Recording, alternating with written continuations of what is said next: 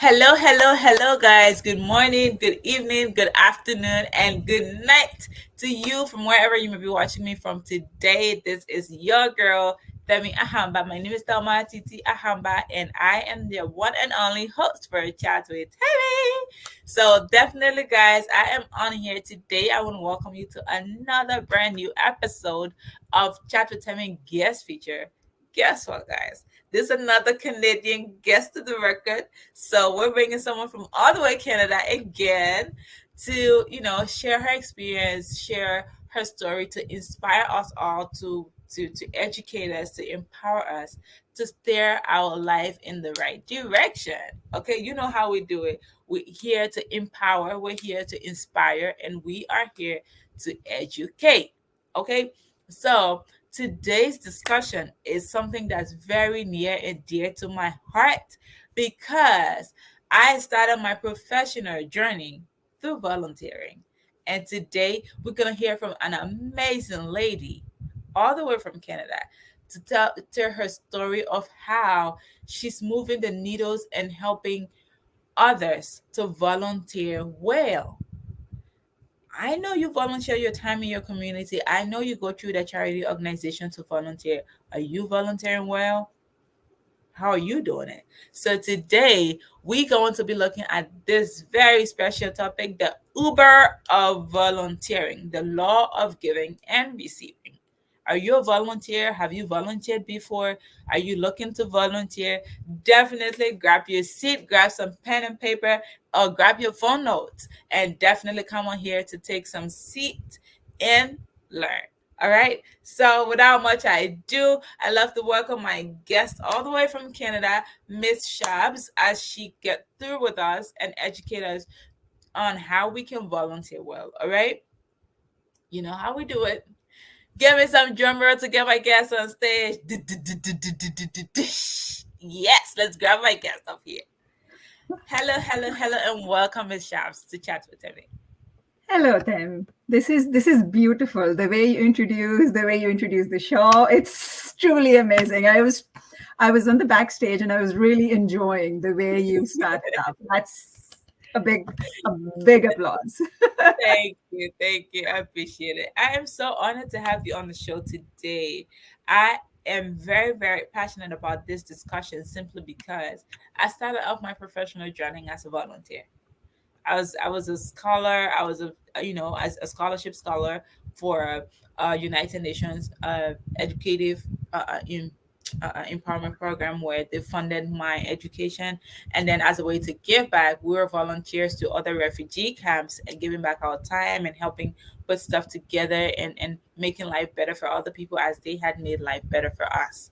Okay, and we did some pretty amazing projects where initially when I was on the team, when I was, part of the leadership team at the time, we set up an educative fund where scholars themselves would contribute 1% of their stipend to help a kid at the refugee camp. And that project grew so widely that we sponsored two girls through secondary school or through high school. And when they came out, they also got the opportunity to get their tertiary or their university education funded. And now they're two amazing medical practitioners, and they're traveling places, they're helping people. When I look back, I'm like, I am so grateful I had the opportunity to be part of something that special, because now I can literally look at my hard work in the form of a human being that I was, there and it happened and we're able to that's success for me. So when I saw your topic of the Uber of volunteering and the law of giving and receiving, I'm like, okay, now this is another information, this is another conversation I definitely want to have and tap into to just understand your perspective from another, being in a Western country and doing a lot of great things in your community. I am so honored to have you here today. Please introduce yourself and take us away. Yes, thank you so much. Thank you so much for inviting me to the show. And related to your volunteering experience and volunteering journey, it feels great when you are impacting lives. It feels amazing. It's like if you want to lift yourself up, lift others. That's the beauty of the That's the secret. spirit. That's the secret. That's the spirit. So just a bit of an introduction. So my name is Shabnam Ansari. I'm the founder and CEO of a startup charity registered in Canada. It's a federally registered charity. We operate out of 3 locations from Grimsby in the Niagara region of Ontario, Hamilton, and Mississauga, Peel regions. These are the 3 locations, and the reason why I say it's a startup, it's a charity that we started last year in terms of our program. So it's still getting there in terms of its the major aim of the charity is to connect communities together, and the idea is basically a marketplace for volunteering. So when you talk about volunteering, instead of volunteering through a middleman or through a local charity, the idea is to remove the middleman from the equation and let community members offer help and support and seek help and support to and from each other. Because what's happening right now is that even though people are volunteering, they are volunteering through a charity, so they lack that joy, that fulfillment, that deeper connection that comes to it. And in spite of the fact that people might be getting supported by local charity, there are many people who get missed through the cracks. They are not supported by the community, and b, even when they are supported through the local charity, they remain isolated from the community.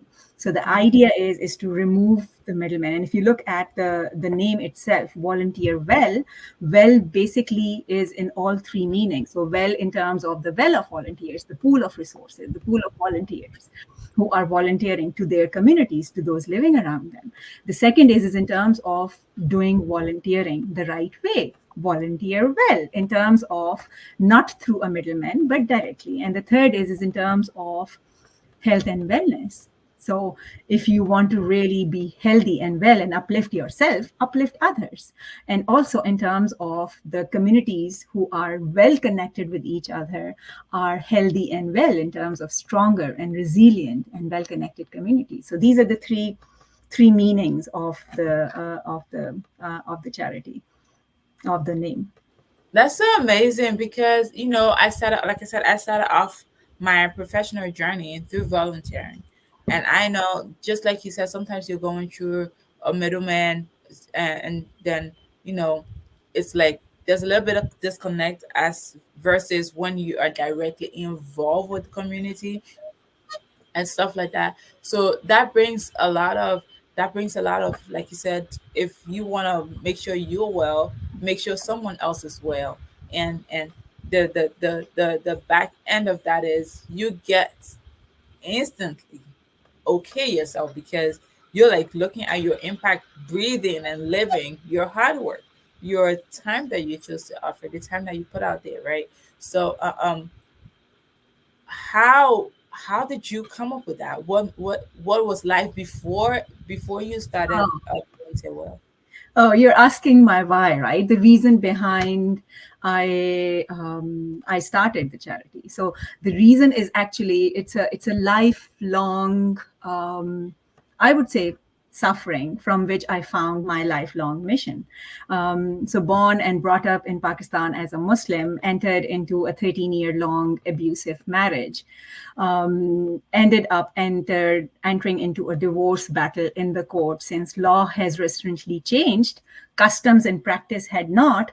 That legal court battle continued for 3 years. It was a 3-year legal court battle in the court.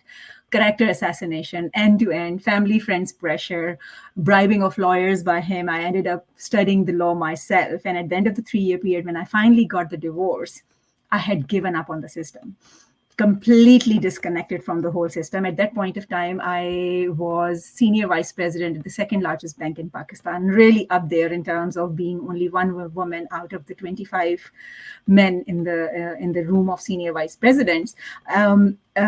And I was really connected to my 3 children at the time. My eldest was 8-year-old at the time, 2 girls and a boy.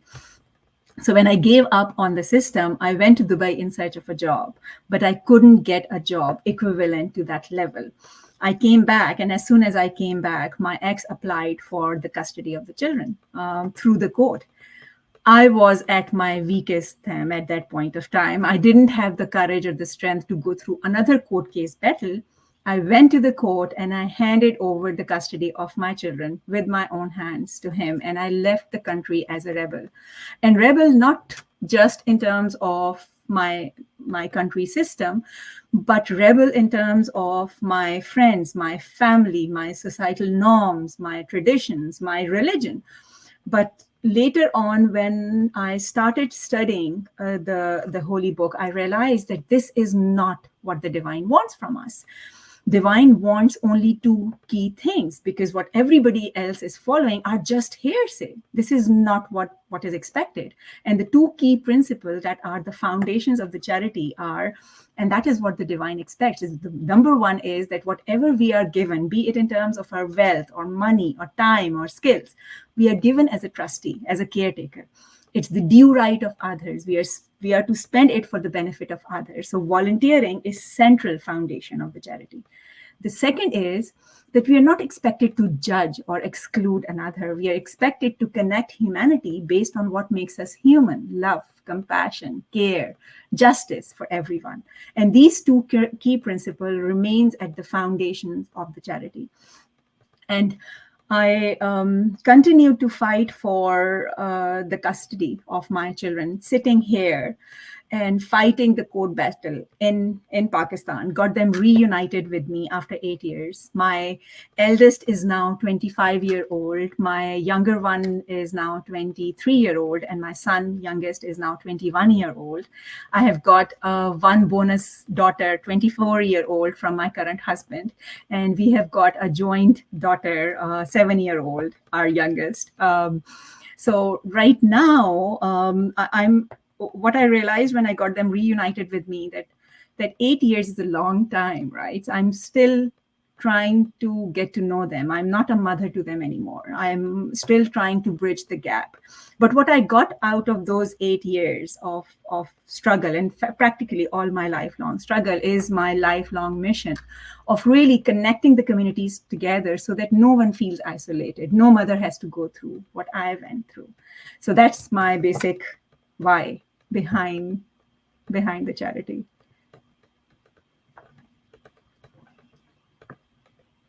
You're mute, Tam. I'm sorry. Like I am just I wanted to be into what you're saying, so I had to mute the noise, right?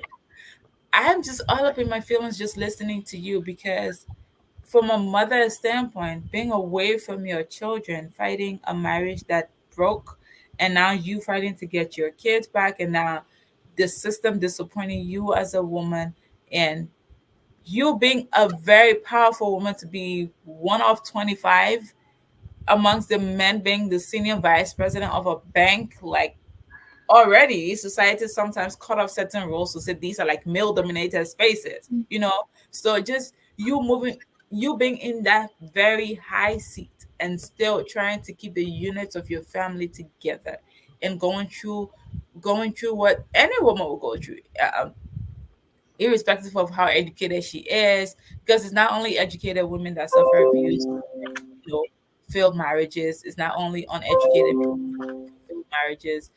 It's just you are strong, you are resilient, you are powerful, just beyond beyond what you even think, right? And then now coming out of that situation, and also seeing, you know what, okay, the problem is the isolation in the community.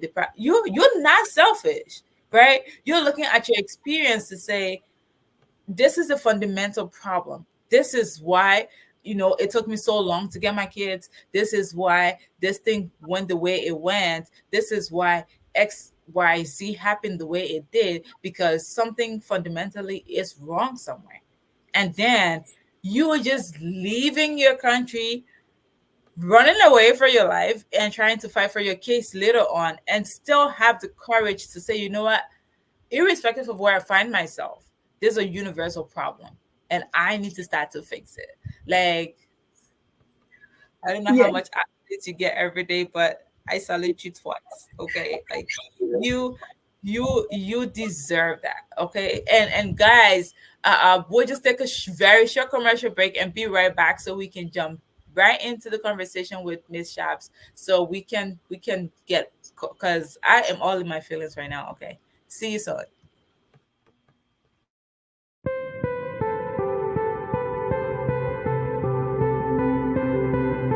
Lens Distortions Preview.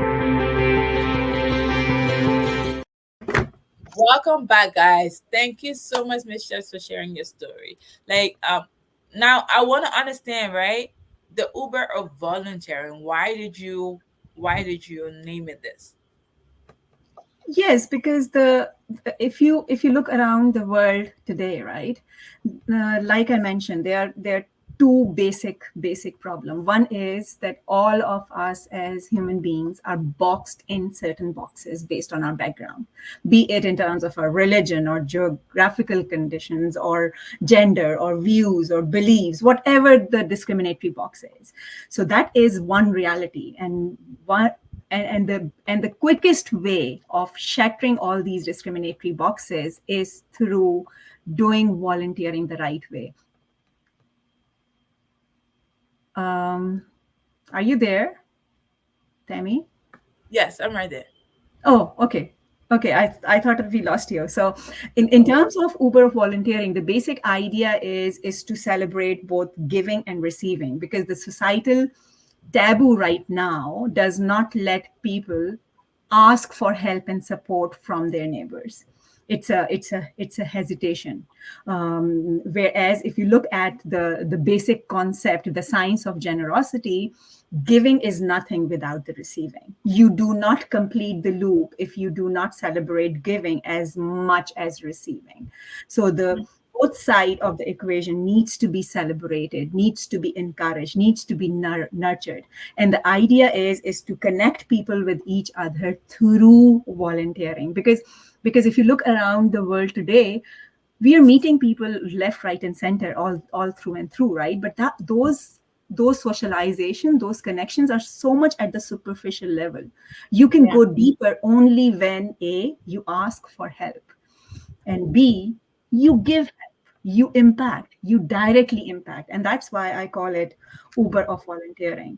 And just on a side note, based on what you were saying before the break, in terms of me being a strong and a fearless person, I have not been like this from before. I was a docile, I was a submissive, really submissive sort of a person who followed the societal norms. I'm a rebel. I'm a rebel right now, but it took me years and years and years of internal work, years and Ooh. years of transformation from where I was to where I am right now. So I used to go to right in the morning, and this is something that I still do today. I go in front of the mirror and I say, "You've got this, Shabnam. You got this. You can do it. This is something that's Of in your course, you hand. got it. In You've your done it. hand. You're You doing got it. it. Yes, you You've done got it. it. You're doing it. You've done it." So even right now, I have a vision of the charity to become in 10 years time a multi-million dollar charity with presence in over 100 countries, and I am going to make it happen. I know this for sure, because this is a You franchise did model. that in Pakistan. You did that in Pakistan. You know all the way from This will okay. happen. You This can is do this. happening. Yes, this is happening for sure. Oh, this is such a heartwarming conversation. Like, what would you say for young people who wants to volunteer, who are looking to do it the right way, right? Yes. What are So some of the things we can look out for? yes, the basic idea when people go for volunteering, right? Or let's just talk about the concept of giving, right? If you talk about the concept of giving, whatever you give, the universe responds to you in multitude of manners. That is a concept of abundance. In terms of our societal norms and societal practices, we approach everything with a mindset of scarcity and competition, right? What if we can change that towards the concept of abundance and collaborations and Yeah. partnerships and joining hands? The idea of giving is is giving in a manner whereby you're not expecting anything, and the magnitude does not matter. It could be as simple as giving somebody a smile. But if you're expecting the after giving smile to a stranger that the stranger should smile back at you, this is not giving, this is a trade, right? So you're looking for a I trade when like you that simple definition. A lot of times we're trading, but we're terming it as giving because we're looking to get something in return. It's true. exactly. So, for instance, if you are volunteering with the mindset of, let's suppose, I would volunteer for this organization because that way I'll build my resume or I'll build connection, this is a trade. You might not be paid through this. So, when you're approaching giving, go for the giving in a truly act of kindness manner, whereby you're giving to the universe, you're giving to help somebody, you're giving to impact somebody, making just maybe making their day by just bringing smile on their face. It The magnitude does not matter. What matters is the thought behind. There should not be any expectation in return when it comes to giving. On the other hand, when you talk about receiving, right, people are hesitant to ask for help. People are hesitant to give other people the opportunity to give. And by doing that, they are blocking the flow, they're blocking the impact. The universe works in terms of completing the loop. So if I am a proponent of giving, I should be asking for help in the similar manner. I should have no hesitation in receiving as well. So if somebody gives me a compliment, I should say thank you so much, rather than saying no, it was not my doing. It was. I'm just giving simple examples in terms of our day-to-day approach, Yeah. right? We are good in giving, but we are not normally good in receiving. And that is what is the foundation of the volunteer well. So our neighbors really knocking the door at our next door neighbor and asking for help is the culture that I want to promote through the volunteer well organization.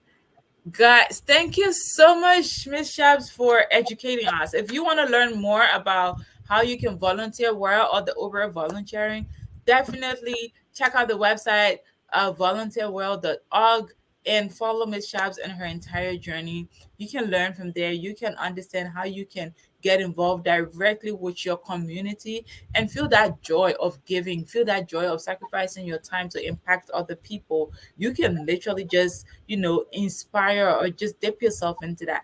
It's been a very empowering conversation. Thank you so much. It's been so inspiring talking to you. Just looking at where you're from, your resilience, your grit, you're not giving up, and you, with all the problems you've gone through, you finding out that, well, it's not your fault, it's society's fault. The fundamental issue is XYZ. It's not you as a person, right? It's a system, and I need to fix that. You're such a selfless woman, and I think the world needs more people like you because, like, your demonstration of leadership and your demonstration of how you want the world to be a better place is so amazing and inspiring. Thank you so much for coming, taking your time to stay with us and talk to us and chat with me. It's been a very inspiring conversation. I am wholeheartedly grateful. And guys, I'm sure you got inspired through this conversation. Until the next episode, I want to say thanks, Miss Shabs, and bye bye, guys. Thank you so much for having me here. Truly enjoyed. Thank you.